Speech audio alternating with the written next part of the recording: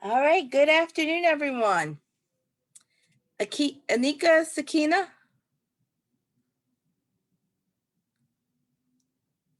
All right, great. We have both of you. Excellent. We are just about to get started. Let me set us up and then we're going to dive right into this conversation. Everybody watching, I'm telling you, this is going to be fire and you are not going to want to miss this.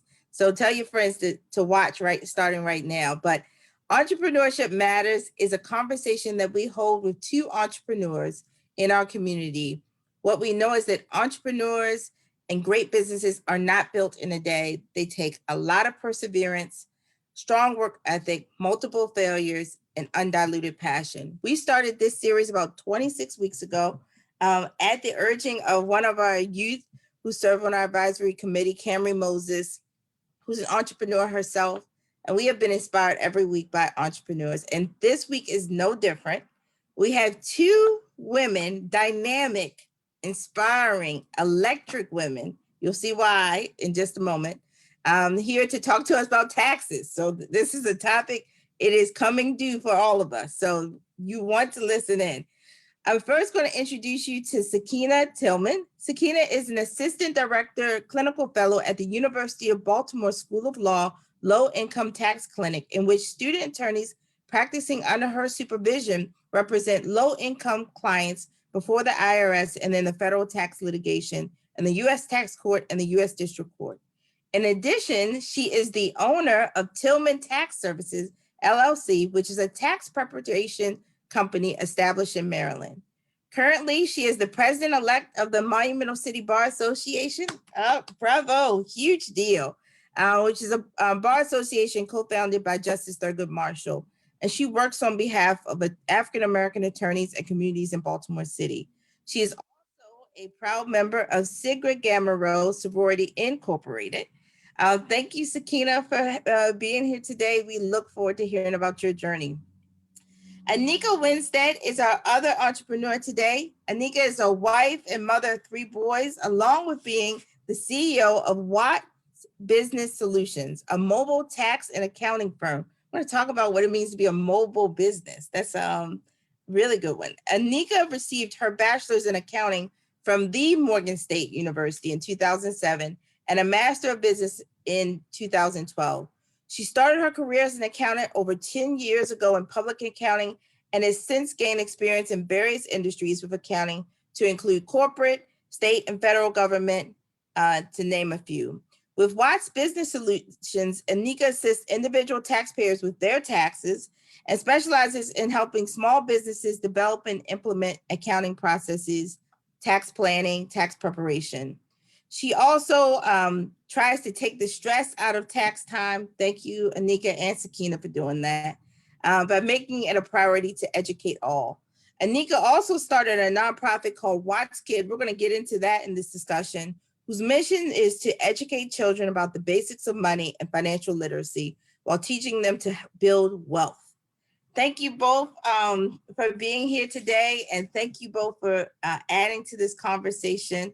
So we're going to launch right into the question of what inspired you to become entrepreneurs? You could have gone into businesses, you could have gone into one of the big 5 accounting firms. What inspired you to start your own business? I'll start with Sakinah and then I'll go to Aneka. Okay. Well, my first business, Tillman Tax Services, I started that 6 years ago. And what inspired me was that I was a broke graduate student. I was in my last year of my graduate tax program at the University of Baltimore School of Law. And I knew that within a few months I'll be graduating, but I was a licensed attorney with no job. So I knew that I knew how to make people laugh.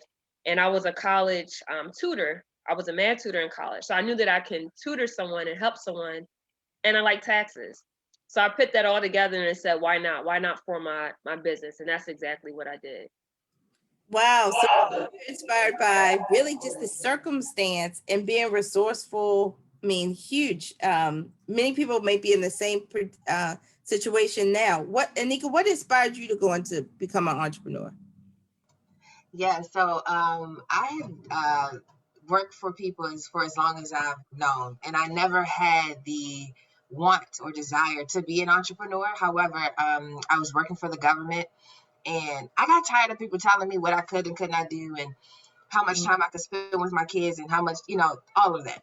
And so after I had my third son, I just made up in my mind that, I don't want anybody to put a ceiling over me anymore, Yeah. both personally as well as in my career. So I branched out while I was still there. I made a plan and I took an exit, and I never regretted it. Excellent, excellent. So that leads me to, so you both had a big idea, big ambition. Many people want here, same passion in their heart.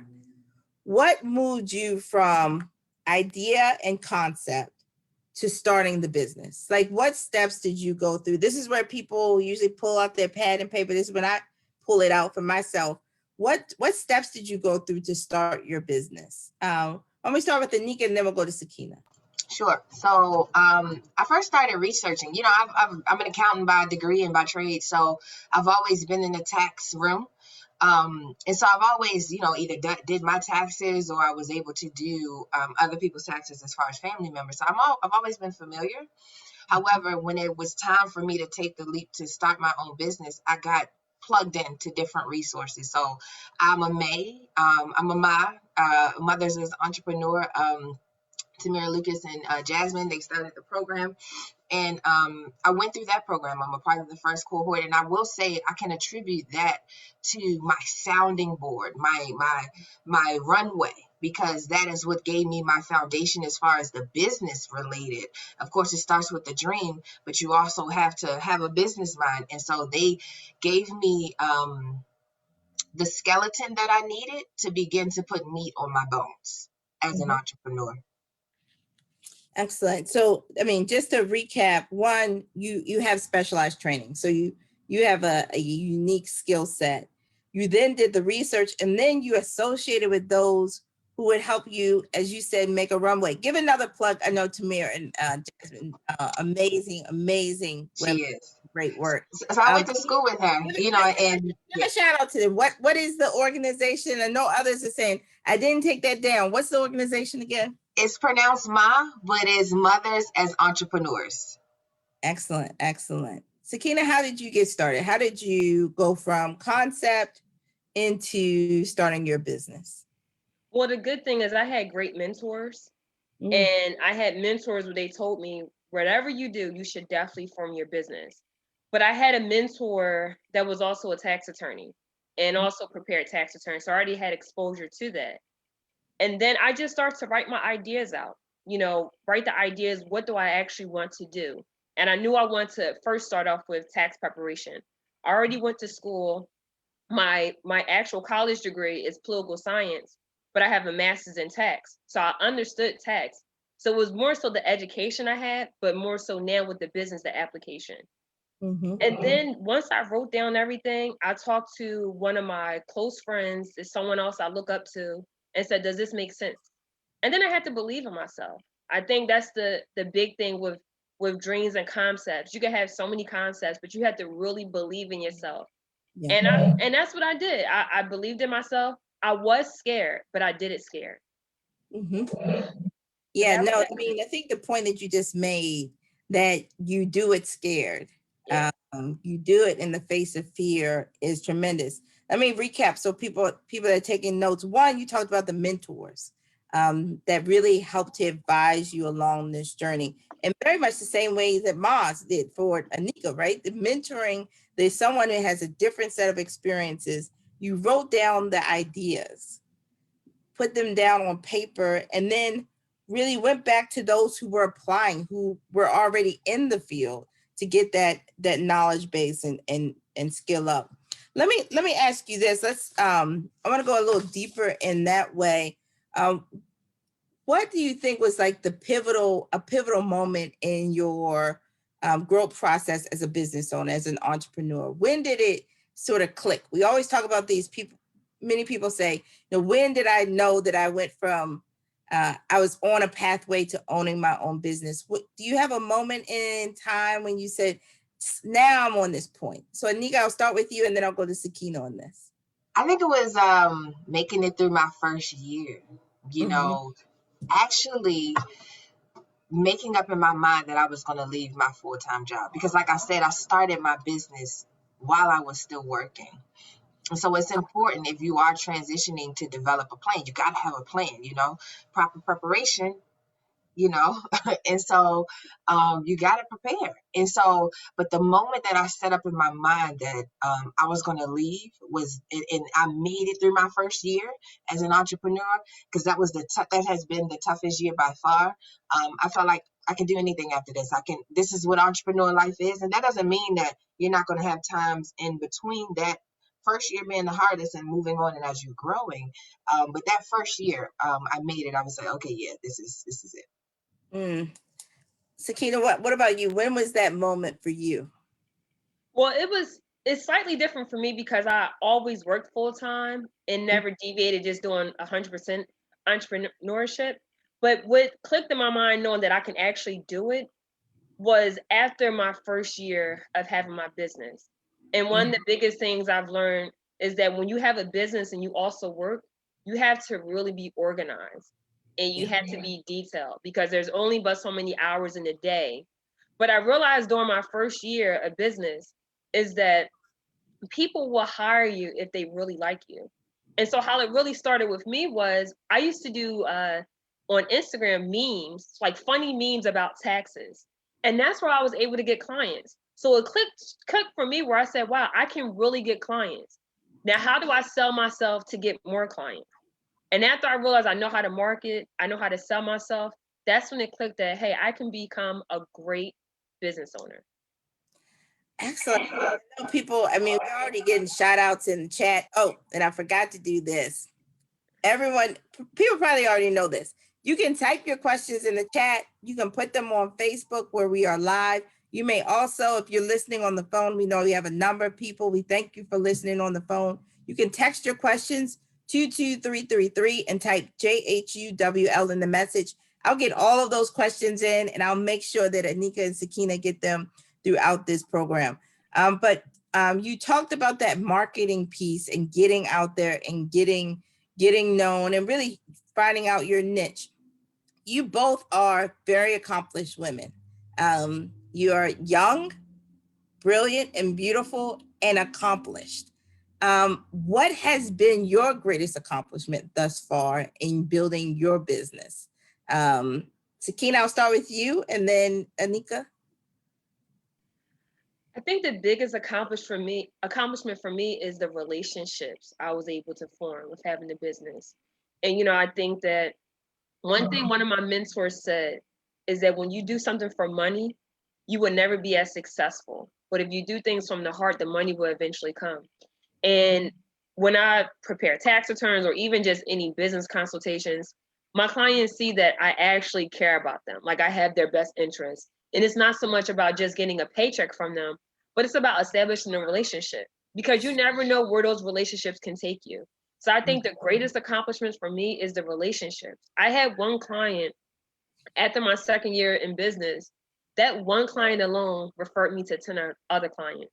And within that 10 clients, I got more clients, but it's based on that one relationship. So I think the greatest thing for me is the relationships, and you just never know where your relationships can go. So that's why it's very important to always be kind to people. So for me, it's the relationships that I've had with the people that I've met in business. So that's what I would say. Absolutely. You dropped a couple of gems. We're going to come back to those gems. Okay. I want to make sure we get into this power of the relationship because it's so critical for entrepreneurs. And I know there are a number of people, we are getting so many questions. Don't worry, I'm getting to every single question. Y'all are putting in the chat. But the power of relationships, I think critical gem you just dropped. Aneka, what would you say? What's been your greatest accomplishment thus far? What I totally wholeheartedly agree with Sakinah is very important, especially in our field of work, to have that integrity that you can portray to clients and to build that customer care is very important because there are a million people doing what we do, but why is that person coming to you? But by far, I am an accountant. And so I'm all about the money. my greatest thus far has been to secure over $50,000 in funding for my business. And so for me, that Bravo. validates what I'm Bravo. teaching, you know. You, Thank you. That for me, that validated me in the sense of, okay, whatever you're doing with your business and you're teaching your businesses how to do, it's working, you know. And so it's one thing to get the education and to have that education, but it's another thing to actually put that education and skill into play and it produce a fruit. And so that has been my greatest accomplishment thus far. absolutely excellent. I mean, I think your part about the seeds y'all are sowing. We're going to get into that because I want to let's get into that right now.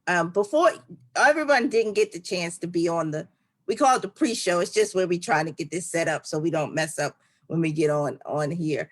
But I thought it was just beautiful for you, Aneka and Sakinah, to talk about the support that you render to one another, the thought about competition in the entrepreneurship space.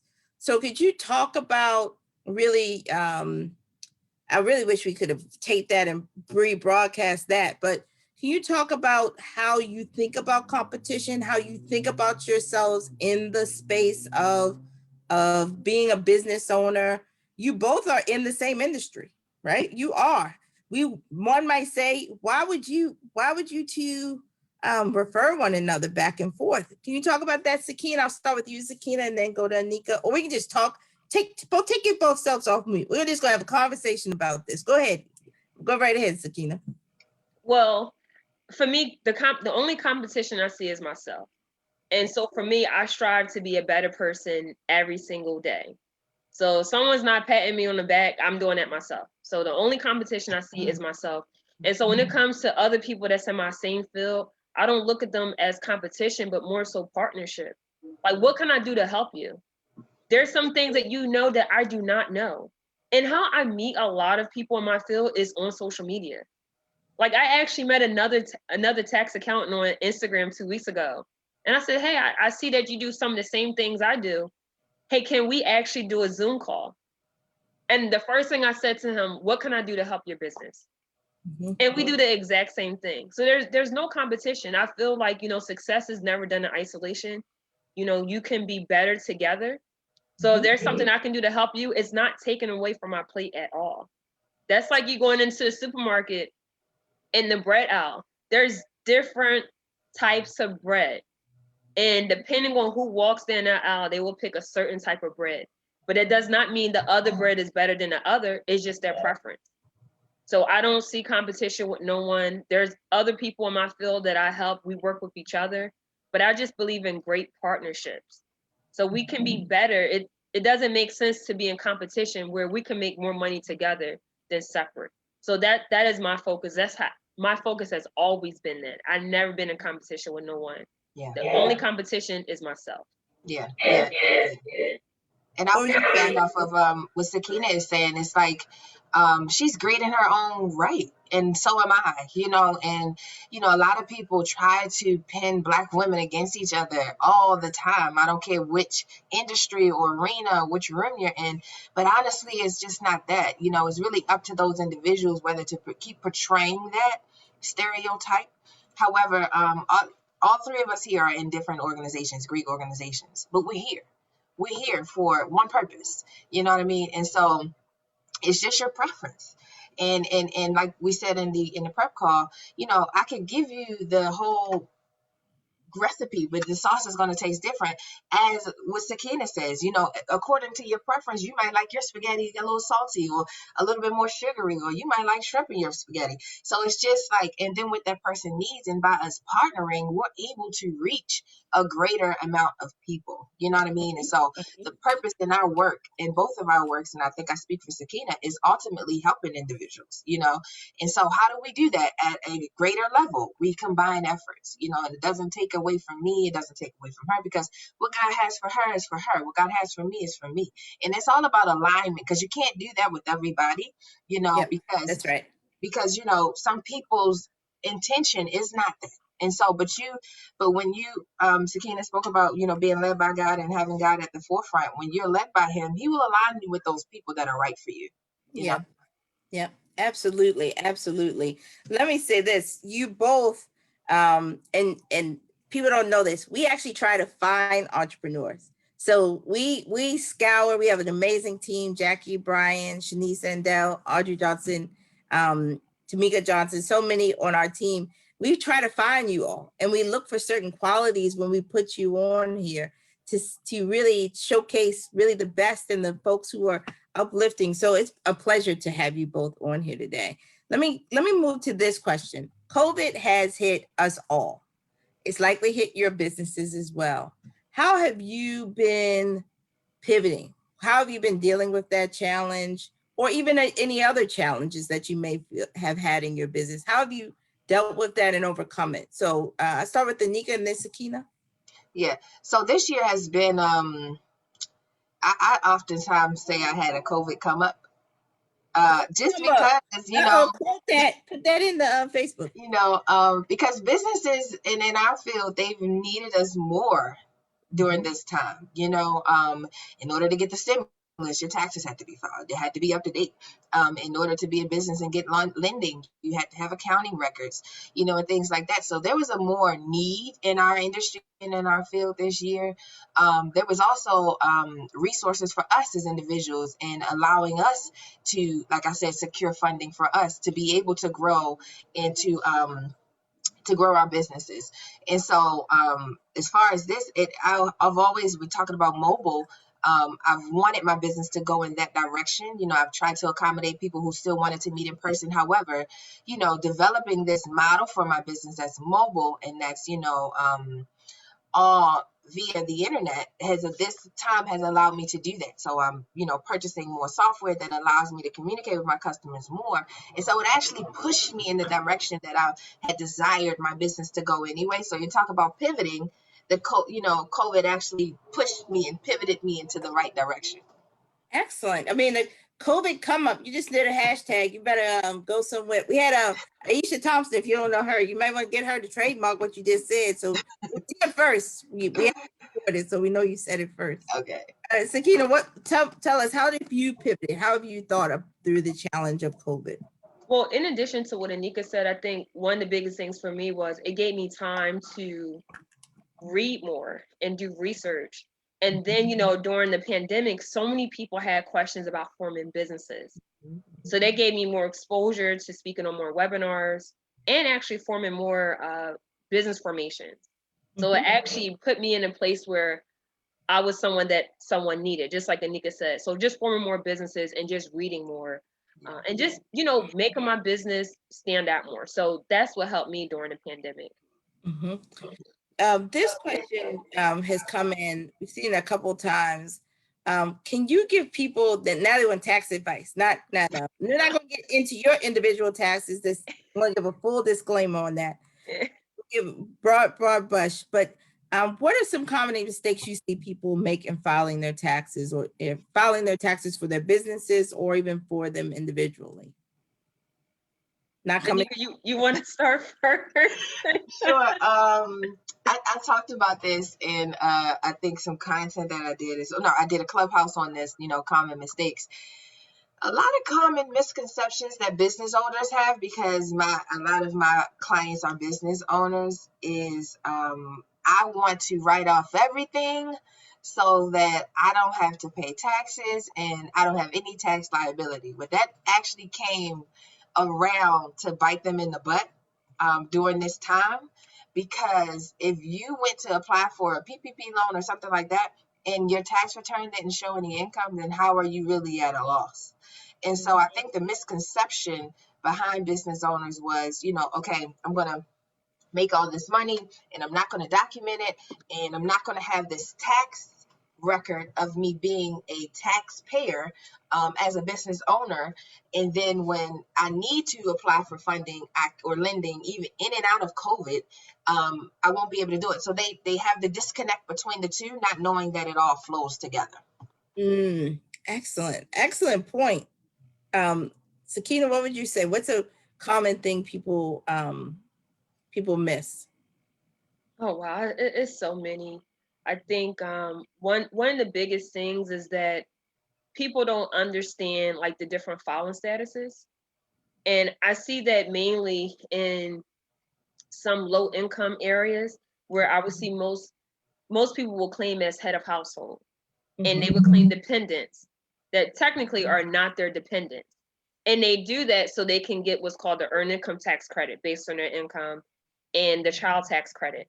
And that's like a really big tax policy where, you know, the IRS is really scrutinizing those returns that have dependents on there because they want to make sure that if you have a dependent, this is actually your dependent.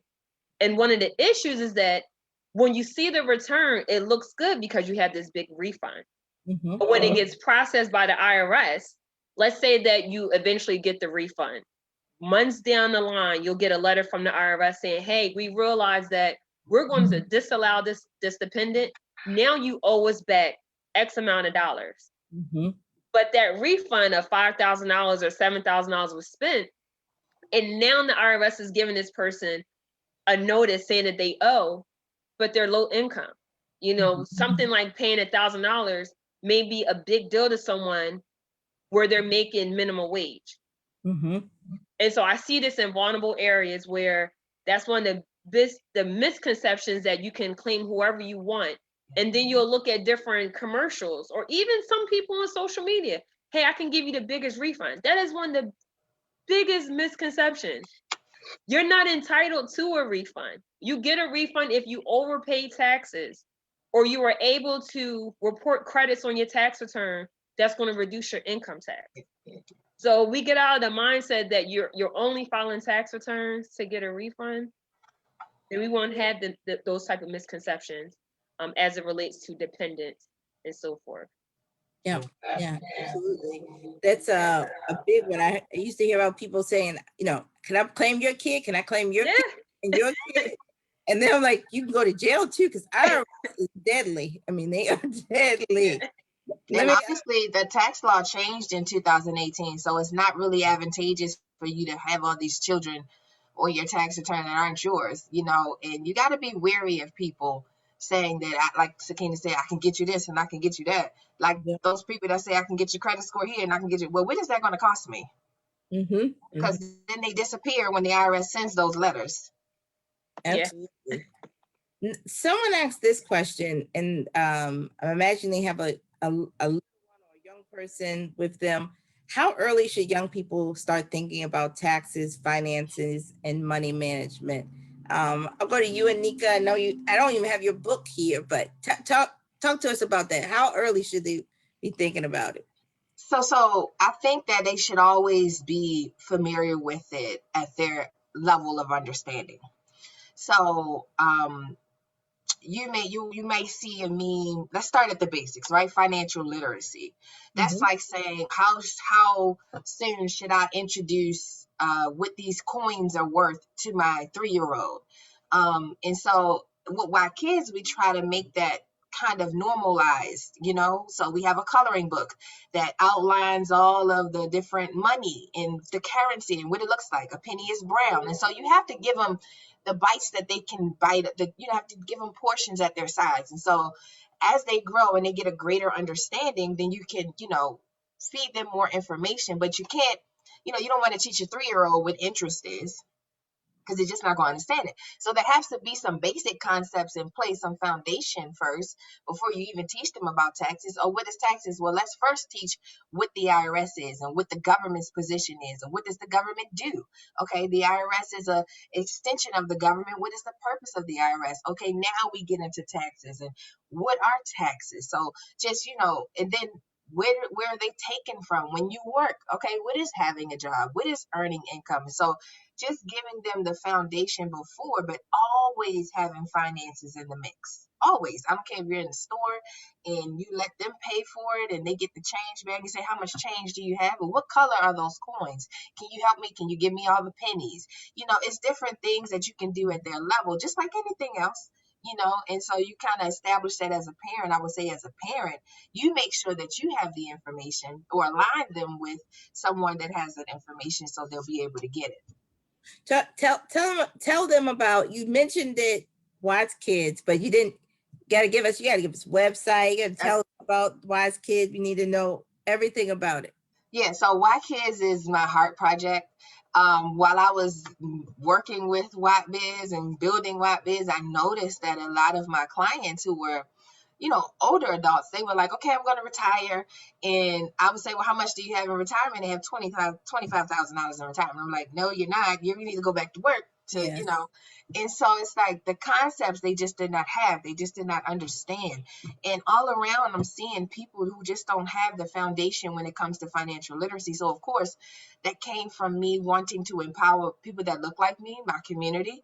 And so, What Kids is it was founded on helping the youth that look like me understand financial literacy and understanding it at their level.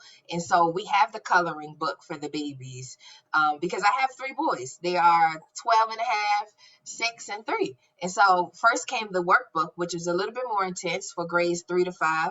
And then I had my baby and I was like, okay, well, how do I introduce this to him? And so I wanted to they have all kinds of books. So I was like, okay, let's do a coloring book. And so that's where those two projects came. But then it was like, I want to do something for the young adult, the young adult, the teen, or the young adult that's in college that really doesn't understand. So, we also do workshops for them that teach them how to invest and what you can use to invest. What is invest? What is a stock? What is a bond? What is real estate? How do you do that? But first, helping them to also understand that as a people, as a community, this is where we've come from. Entrepreneurship is not new to the Black community. We've had sharecroppers back in, our ancestors were sharecroppers and they had their own businesses, and we've been a great people, so helping them to understand that and never to disconnect from that and helping that you come from greatness, and so that's what we try and we've been trying to do with White Kids.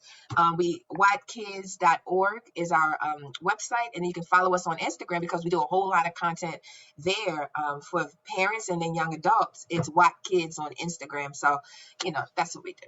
All right, they're locked in. They're locked in on you. How about you, Sakinah? What would you say? How early is too early?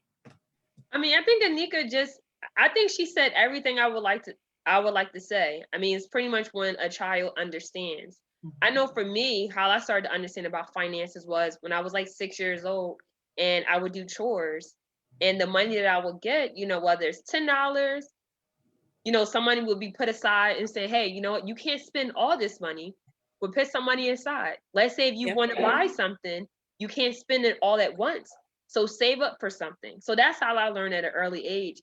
And I use that same principle now. But Aneka, she said everything that I would say.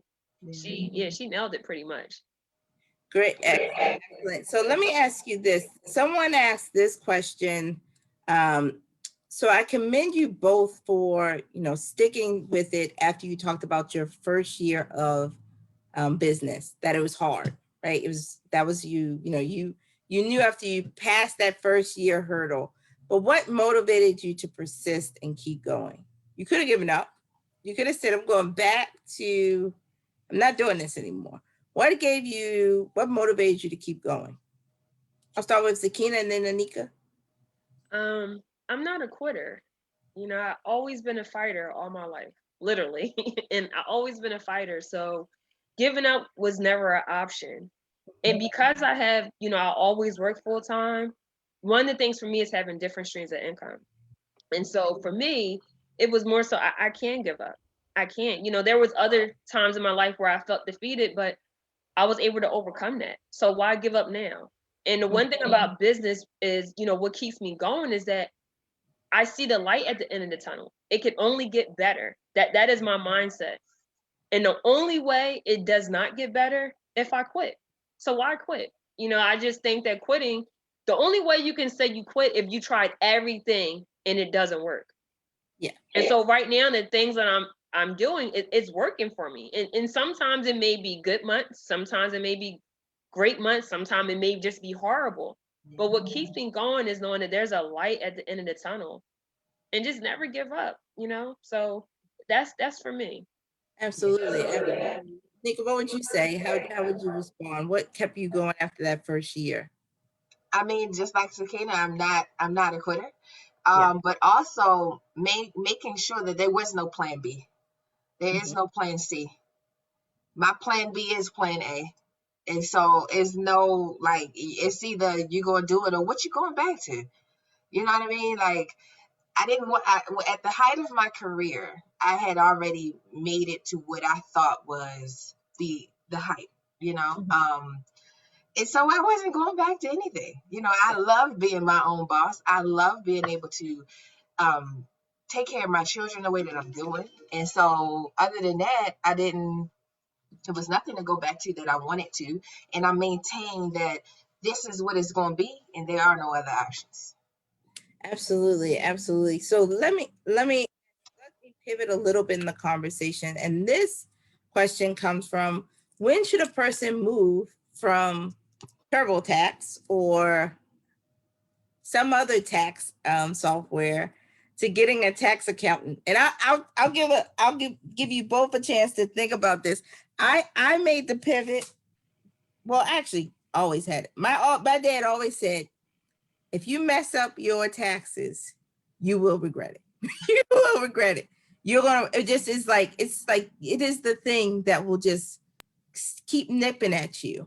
But there are people who are right now doing TurboTax. They're doing great, but they may not know when it's time for them to pivot to getting an accountant. What would you say to them, Sakinah, and then Aneka? I mean, it's almost similar to someone, asking an attorney, when should they not use LegalZoom? I think because I'm in this profession, Never. I just think for me that I just don't like TurboTax.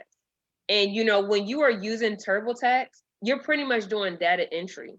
Mm-hmm. What that means is that you just punching in numbers based on what you see on the form. But you don't, just like a W-2. A W-2 has a lot of information on there. People just think about box 1 and box 2 based on how much money they made and how much taxes was withheld. And if they look at the bottom, the lower bottom, they just see how much state taxes was withheld. But they never pay attention to everything as a whole. So TurboTax, you're just putting in information. And so I never would tell someone, hey, I just think you should use TurboTax. I will always recommend a tax professional because they're able to see things you can't see. Yeah. Aneka and I went to school for this. So my initial thought when I see something, I can tell within 5 seconds after looking at a W-2, this person is going to owe taxes, but they don't understand. And so when you hire a tax professional, it comes with the education piece. A lot of times people owe taxes because they aren't having enough taxes taken out. But when you hire a tax professional, they're able to educate you on why you owe. And the goal is to help you so that way you don't owe next year. But if you're using TurboTax, all you see is I owe the IRS, but you don't understand. Yeah. Or what happens when you get a letter from the IRS? Do you know exactly what you should say when you call them? And I can tell you this, as a tax attorney, the IRS will tell you anything if you have no legal representation. The moment that they see you have either an accountant or an attorney that's able to help you, the conversation changes. So I never recommend TurboTax. I hate TurboTax. I don't like H&R Block. I don't like none of those things. So I always would recommend someone to go to a professional that you can talk to, because you never know. Every year can be different for you. So you may have one W-2 this year, and then next year you may have 2 W-2s and also a business. So it's not when. I would just say now. Go now to a tax professional. Don't wait till something changes. Go now. They'll save you time and they'll save you money. Yep. Absolutely. Aneka, what would you say? Yeah, everything that Sakinah said, because at the end of the day, it's not just about filing taxes. It's the bigger picture is tax planning. Yeah. You know, like she just said, they're going to teach you ways to not, Sakinah, I'm struggling with the word, to not, the legal word and the not legal word to reduce your taxes. I can't remember. Plan. You're just planning to. Yeah, well, you know, what you have to do to make sure your tax liability is here. And, you know, and say, for instance, if you were going out for a mortgage and you wanted to, you know, have a home, that tax person is going to be able to communicate with that lender to see exactly what your tax return needs to look like, or what income you need to, you know, show on there, not that they're going to manipulate it to show it, but to be honest with you, okay, like, listen, you should not write off these business expenses because you need to show more income. And so having that experience that Sakinah and I have, and then like she just said, you have somebody who is capable, we have the skill, but we also have the experience. So, that's like what she said, that's like going to court without an attorney. You represent yourself. Like, do you want to take that chance? No, absolutely. Absolutely. So I have a couple of tax questions because now they know y'all can look at that W-2 and you can tell if they're going to owe. So this is one question we received in the chat, which is it better to plan for a large refund, to plan to break even, or to plan to not owe any taxes? So that, I think the answer to the last one is, you don't want to show no income, so you don't want to do that. But is it better to plan to have a refund or plan to break even? So when I was working, I liked to have more money taken out of my check to make sure that I was getting that refund. But I knew what I was doing. And so I was paying more into systems. Sakinah said it earlier, you have a refund because you overpaid taxes. Or you, as a business owner, you were able to take advantage of different credits. Even as an individual taxpayer, you were able to take advantage of credits like child tax, earned income credit, things like that. So being able to know what your end goal is and then work backwards. Say, for instance, you say, okay, well, I really enjoy getting that large lump sum of money, because if you get a large lump sum of money from the government, it's just saying that you've lended them that money throughout the year. Right. If you want to break even, then you have to understand that don't have a lot, extra withheld from your tax. Pay the exact amount. If you don't want to owe, then you got to make sure you're paying enough. And so it's, again, working with somebody that understands that. Absolutely. Absolutely. Sakinah, I guess you give the same advice? Yes. I mean, like I said before, you file tax returns because you are required to do so based on your income. And so I would never tell someone, try to file to get a big refund. But the goal is, like anybody's goal, who wants to owe the IRS? So I would say to make sure that, like Aneka said, you have enough taxes taken out of your paycheck, just enough. Make sure your W-4s are correct. So that way, when you file a tax return, you're able to at least break even when you owe nothing. That's the goal. But again, it goes back to Aneka, what she was saying was proper tax planning. If you have 4 exemptions on your W-4, what does that absolutely mean? If you have 3 exemptions, what does that mean? Did you also take in consideration that maybe you have a house now or things of that sort, which can also help you get a refund? But the goal is to never try to get this huge refund. But the goal is to make sure the return is done correctly, making sure you have enough taxes taken out. And if you have enough taxes taken out and you get a refund, hey, then good job. Good job. Let me ask you this. Someone posed this question in the chat. I've never received my tax refund for the past year. Is the IRS obligated to pay me interest? Contrary, if I owed, I'd be paying penalties. Is there an interest provision if my tax payment is delayed? No. No, ma'am. And then you got to hurry up, because they only liable for paying you for the past 3 years. So if your refund is due to you after that 3-year mark, then you're not getting it. Yeah. But there's another thing to keep in mind too, is that, one, how did you file your tax return? So if you electronically filed it and you had not received it, chances are it's under review. So what was reported on your tax return? Sometimes if you have dependents on your return, they'll extra scrutinize your return to see if the dependent can be classified as a dependent on your tax return. Also keep in mind, big picture, that we're still in a pandemic. And so the IRS, especially in March when everything just shut down, no one was working in the office. So there's still some taxpayers that have not received their refund from 2019, and they're still processing it. But if you actually mailed your return in, chances are it probably has not been selected for processing for you to get a payment. But if you need further information, I would recommend to call the IRS to get a status if you electronically filed it, because that allows your return to get processed faster. I would recommend calling the IRS to see the status. Now you can go online and say, check my refund. Sometimes it may say still in progress, but what does in progress mean? Does that mean that, hey, your check is on the way, or they're still looking at things? So I would just recommend calling the IRS. Call them in the morning. I think that's like the best time. And you need your full name, and you need your social security number, because they're going to ask you for that information, and the estimate amount of refund that you were expected to receive. They will ask that information when you call them. Mhm.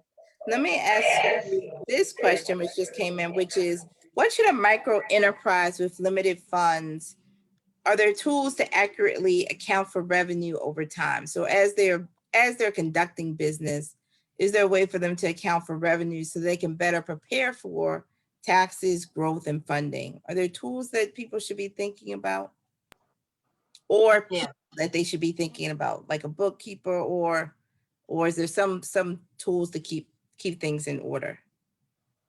Aneka? Yeah, I always advise my businesses, micro enterprise or not. Once you establish that you're going to be in business, you have to operate as a business. And so some things come with being a business owner. That means getting your own business bank account, separating your business from funds from your personal account. That is one way to start to see what your business is doing outside of what are you doing personally. And so once you do that, however you track it, whether you're updating an Excel sheet constantly, I don't advise that, because when you're doing business, you're in the thick of it. I would recommend you get it into an accounting system so that your bank account is automatically pulling in those transactions to that accounting system, so you can exactly see what your revenue is doing, and then you can see what the expenses, and you can ultimately see your taxes before you process them. Because when you file as a micro enterprise, whether you're a sole proprietorship or an LLC, you have to file a Schedule C that's attached to your personal return. And that's ultimately a profit and loss statement that you're sending to the IRS. So if you can see that, and you can see your profit and loss statement and what it's doing mid-year, then you have an idea and you can kind of forecast what it's going to do when you send it off, when it's done in December and you have to file it in April. So you can kind of see that. So making sure that you separate your business from your personal and get into a system where you can actually see what's going on and you can see the transactions that are happening. But yeah. Excellent point. And this question is someone asking about, can the mistake in your taxes really hurt your credit score? And in turn, is the low credit score the death sentence? Nothing's a death sentence. We live in life, you don't have a death sentence. But it asks if it's a death sentence that people make it out to be. So one, can a mistake in your taxes hurt your credit? I can answer that. So not really. So when you have a tax debt, it does not affect your tax credit. However, if you have an outstanding debt with the IRS that you have not tried to satisfy, what the IRS does, they send it to a third party credit bureau, where it then can go on your credit if you're not trying to get into some type of payment plan. Let me ask this question. As a business, when should you start tax planning for the year? So you wait till January? As soon as possible. Soon as possible. That's right. That's right. Call them up. We're going to make sure everyone gets their contact information so you can follow up. Folks ask this question, Aneka, do you do workshops for children or events for children? They're asking that in the chat. I do workshops. It's usually for organizations that service children. However, I am thinking about doing some webinars for children. It's just about having the need and people, the population of, I can't just do it for one person. And so, you know what I mean? You can And do so I that. want yeah. So yeah, absolutely. We can do a money talk. We're thinking about money talk. So stay tuned. We'll bring y'all back for money talks. Yes. Let me ask this question, which was posed. How do you get the exact taxes taken out of your check? Like you talked about, like someone wants to just break even. They don't want to loan the government any money. How do you do that? I think you might need to set up an appointment with them, but tell me if Sakinah or Nico. So actually that comes with tax planning. You know, Yeah. someone just tells me their salary, I have to ask a lot of questions to figure out what exact amount should be taken out of their paycheck. So it goes into what's your filing status, you know, do you have children? How many children do you have? Yeah. Are you able to itemize? So there's a list of questions, and I usually do a tax analysis where I determine, well, if you have one exemption, this is how much taxes are being taken out of your paycheck, whether you're getting paid semi-monthly, bi-weekly, or monthly. And then if I realize that, hey, you know, this is not enough based on how much your income tax liability will be, then I will make adjustments. I'm actually doing it right now for a client, where I'm doing a tax analysis to determine what would be their income tax liability for 2021 and what they would need to do to make adjustments to their W-4. So that's something where you would need to meet with a tax professional, because that planning is specified particularly for that person. Excellent, excellent. Let me ask this question. What is your vision for your business? So you both are very accomplished, very successful, clearly on the rise. What's the vision? Where we take, what's next? What are you planning for? How are you envisioning the growth? Why don't I start with Sakinah and then Aneka?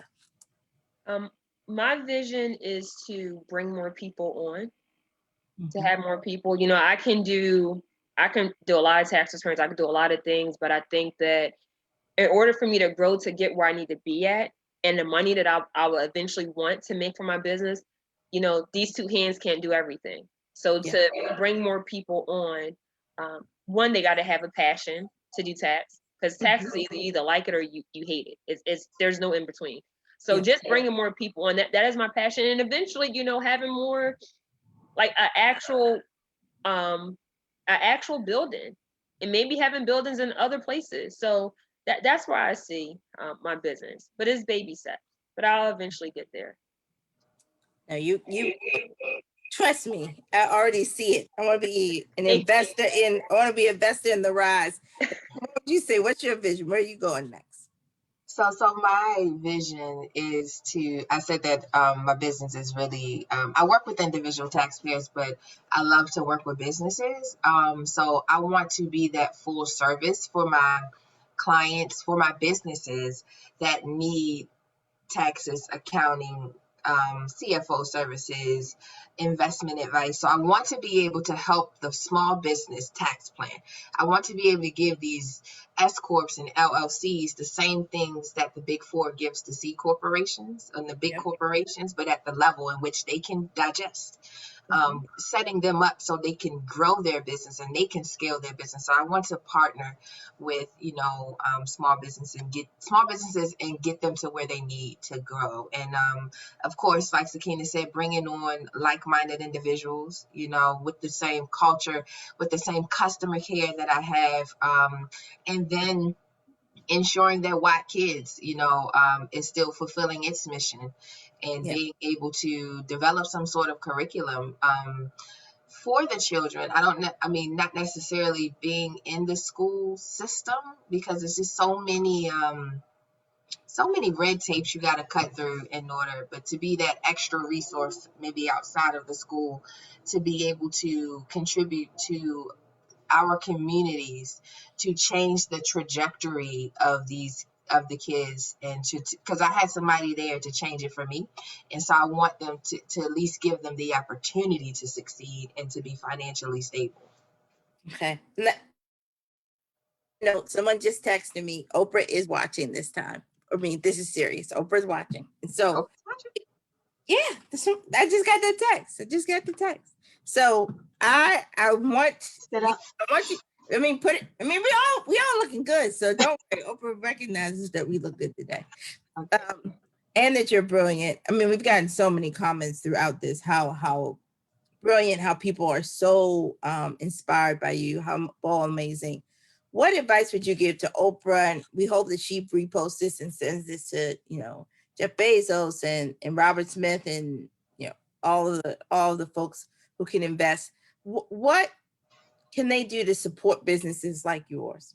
How can we ensure that there are more Anekas and Sakinahs, you know, doing well succeeding, growing their businesses, adding employees that from our cities and from our community? What sort of things could they do with their platform and where they are? So Aneka and then Sakinah. Yeah, I think the key word is to invest. That doesn't always have to be funding. That can be a platform, just like we're doing right now. Being able to, like Oprah always does, and they always do like these books. And every time Oprah does something, people, she puts her stamp on it. So just ensuring that those businesses have that, and businesses have like ours has that investment, whether it be funding or whether it be a platform or whether it be a resource, because that is the only way that we're going to be able to tap into different realms and different levels and be able to get a seat at the table, or get the tools to build our own table. Yep, absolutely. Absolutely. What would you say, Sakinah? It's the chance. It's our Oprah chance. I would just say, mention my name in conversation. That's how it starts. So if you're in a big room of some people and someone mentions tax, I want you to think about myself and Aneka. That's where it all starts at. Just mention my name in a conversation and we can create our own tables. Because, when it comes to support, it's not just about money. It's about just people just being there, just showing up. So mention my name in a conversation. Me and Aneka can create our own tables. That is so beautiful. I mean, it's so beautiful, said both of you, about the resource of the platform. When I'm in the room of opportunities, please mention my name. It's a beautiful, beautiful thing. Let me make sure you both tell people how to get in contact with you. And then I have one more question to ask both of you. Sakinah, how can people get in contact with you? Yes, I have Instagram. It's Tillman LLC, no spaces in between. You can reach me there. You're able to see all my information, such as my website. You can email me there. You're also able to see my business number.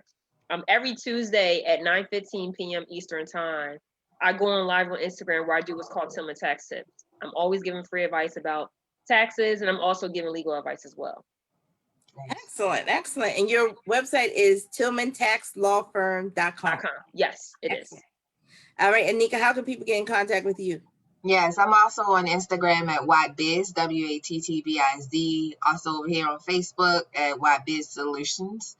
The website is www.wattbizsolutions.com. Of course, wattkids.org or wattkids on Instagram. If you do go to WattBiz, there is a link there to set up a consultation or a 15-minute consultation or a whole strategy session. So those are and I do respond to DMs. So, yeah. All right, excellent. Last question. Someone asked about Intuit. Should they be investing in those classes or are they geared towards compliance? Do either of you know? Intuit? What classes? Intuit? That's a tax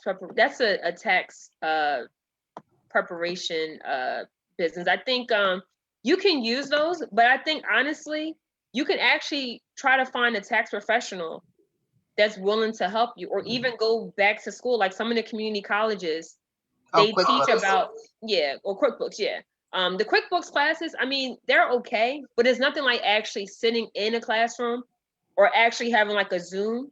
I teach at the community college level. I teach people how to prepare for the Maryland income tax exam. And so when you have classes like that, I think they're more productive than the QuickBook classes. That's just my opinion. Yeah, because you have to have an understanding of accounting in order to even understand what QuickBooks is doing. So I would say to be able to, is that what you really want to do? Like, are you, you got to have an understanding. You got to have that skill set behind you to really understand. But I would say if you are a micro enterprise and you plan on doing your own accounting before you can hire someone else, then maybe that is just to get the understanding of the system and how the system works. But still, you have to at least set up a quarterly meeting with a professional so they can explain to you what the numbers mean. Yep, absolutely. First of all, it has been an extreme pleasure to get to sit and talk to you, Aneka and Sakinah. You are phenomenal. Let me let you both. Now, this is something we did not plan this, But Aneka and Sakinah are going to be on Instagram Live together tomorrow. Yes. Yes. All right. So which Instagram should they go to? They can go to either one. Yes, we had to Probably. talk about the actual time, but yeah, if they follow both of our pages, they will see the information. Okay, so you need to follow their pages. They gave you their Instagram handles. Make sure they will post it. We will repost their stuff. Okay. Make sure we promote their Instagram live. So don't worry, we will tell you when they are going live and can give you some tax advice tomorrow. But it has been a pleasure. You both are so phenomenal. And we thank you for spending this afternoon with us. Next week, come back, same time, 1 o'clock on Thursday. We are going to be talking with 2 interior designers. And you don't want to miss this. You've probably been in your house and you're like, I need to change that. We're going to have 2 interior designers here to talk to you.